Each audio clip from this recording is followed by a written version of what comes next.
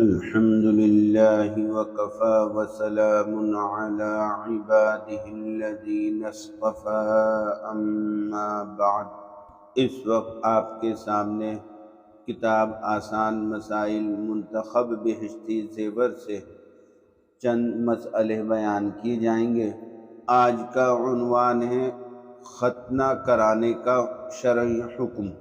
مسئلہ 3712، ختنہ کرانا سنت مؤکدہ ہے۔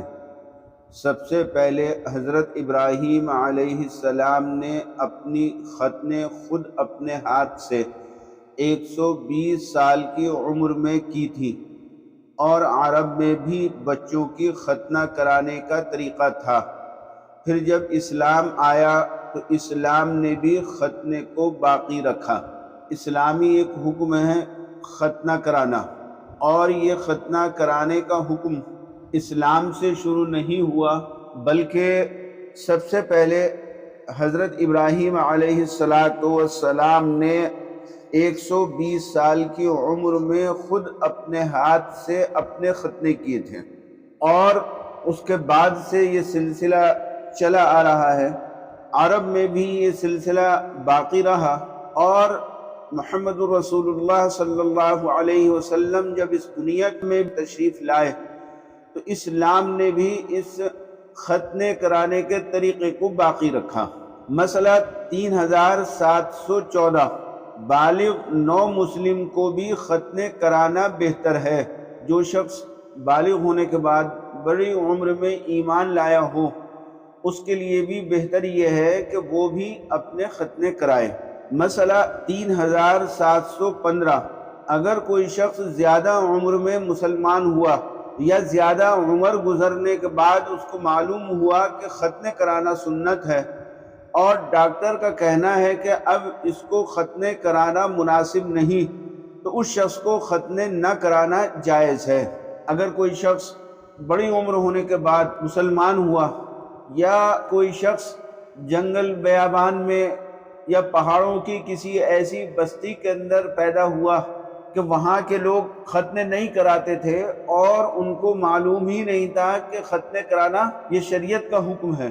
جب یہ شخص بڑا ہوا اور اس نے دینی تعلیم حاصل کی تو اس کو معلوم ہوا کہ ایک حکم ہے شریعت کا ختنے کرانا، اور میرا ختنے ہوا نہیں ہے۔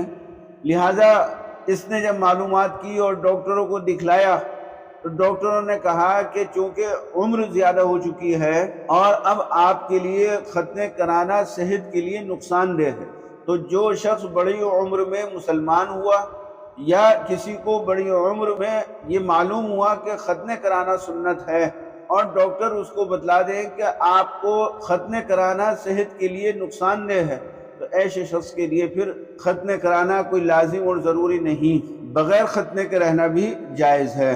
مسئلہ 3716، ختنہ کرانا سنت مؤکدہ ہے، اور یہ خیال کرنا غلط ہے کہ اگر کسی کا ختنہ نہ ہوا ہو تو وہ مسلمان نہیں۔ البتہ بغیر عذر کے ختنہ نہ کرانا جائز نہیں۔ دیکھیے، ختنہ کرانا سنت مؤکدہ ہے اور اسلام کی ایک اہم تعلیم ہے، لیکن اس کا یہ مطلب نہیں کہ اگر کسی نے ختنہ نہیں کرایا تو وہ مسلمان نہیں ہوگا۔ یہ تصور کرنا غلط ہے، اور بغیر ختنے کے بھی مسلمان ہو سکتا ہے۔ ہاں، اتنی بات ضرور ہے کہ بغیر شرعی عذر کے ختنہ نہ کرانا یہ جائز نہیں۔ مسئلہ 3717، ختنے میں لوگوں کو بلانا اور جمع کرنا سنت کے بالکل خلاف ہے۔ ایک مرتبہ رسول اللہ صلی اللہ علیہ وسلم کے ایک صحابی کو کسی نے ختنے میں بلایا تو آپ نے تشریف لے جانے سے انکار کر دیا۔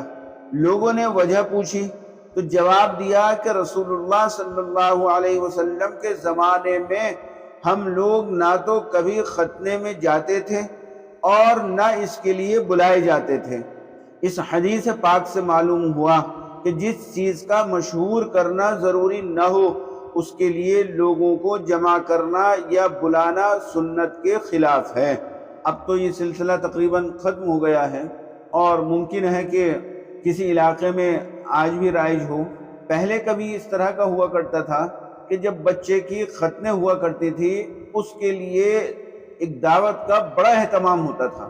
بچے کی ختنے کے موقع کے اوپر لوگوں کی دعوتیں ہوا کرتی تھی، اور یا پھر ختنے کے بعد میں محلے کے اندر مٹھائی گھر گھر جا کر کے تقسیم کی جاتی تھی۔ لیکن اب اس طریقے کی باتیں اور رسمیں ختم ہو گئی ہیں، اب لوگ اس سے احتیاط کرتے ہیں۔ لیکن اگر کہیں پر اس طرح کا سلسلہ آج بھی ہو تو اس میں احتیاط کرنی چاہیے، اور نہ تو ختنے کی دعوت میں کسی کو بلانا چاہیے اور نہ جانا چاہیے، اور نہ ختنے کے موقع کے اوپر کوئی چیز تقسیم کرنا چاہیے۔ اس وقت ختنے کے سلسلے میں چند مسائل آپ کے سامنے عرض کیے گئے۔ اللہ تعالی ہمارے اس پڑھنے اور سننے کو قبول فرمائے۔ وآخر دعوانا ان الحمد للہ رب العالمین۔